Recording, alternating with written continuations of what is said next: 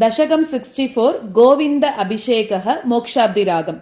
आलोक्य शैलोदरनादिरूपं प्रभावमुच्चैस्तव गोपलोकाः विश्वेश्वरं त्वामभिमद्य विश्वे नन्दं भवज्जातकमन्वपृच्छन्।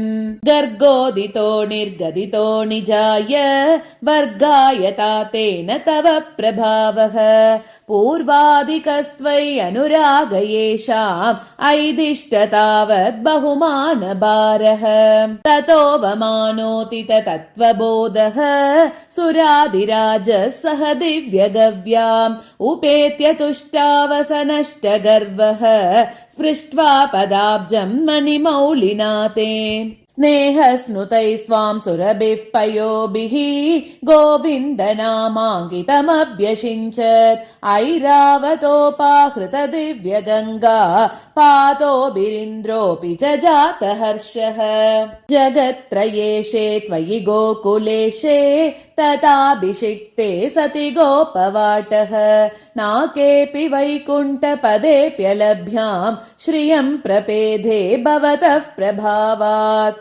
कदाचिदन्तर्यमुनं प्रभाते स्नायन् पिता वारुणपूरुषेण नीतस्तमाने तु मगाः पुरीं त्वं तां वारुणीं कारणमर्त्यरूपः ससम्भ्रमं तेन जलादिपेन प्रपूजितस्त्वं प्रतिगृह्यतातम् उपागतस्तत्क्षणमात्मगेहं पिता वदत्तच्चरितं निजेभ्यः हरिं विनिश्चित्य भवन्तमेतान् भवत्पदालोकनबद्धतृष्णान् निरीक्ष विष्णो परमं पदं तत् दुरापमन्यैस्त्वमदीदृशस्तान् स्फुरत्परानन्दरसप्रवाह प्रपूर्ण कैवल्य महापयोदौ चिरं निमग्नाः खलु गोपसङ्गाः त्वयैव भूमन् पुनरुद्धृतास्ते करबदरवदेवं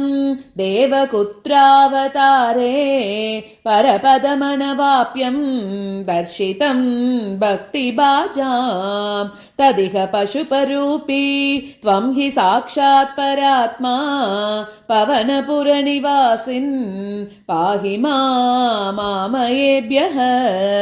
नारायण अखिल गुरो भगवन्नमस्ते। सर्वत्र गोविन्दनाम संकीर्तनं गोविन्द गोविन्द।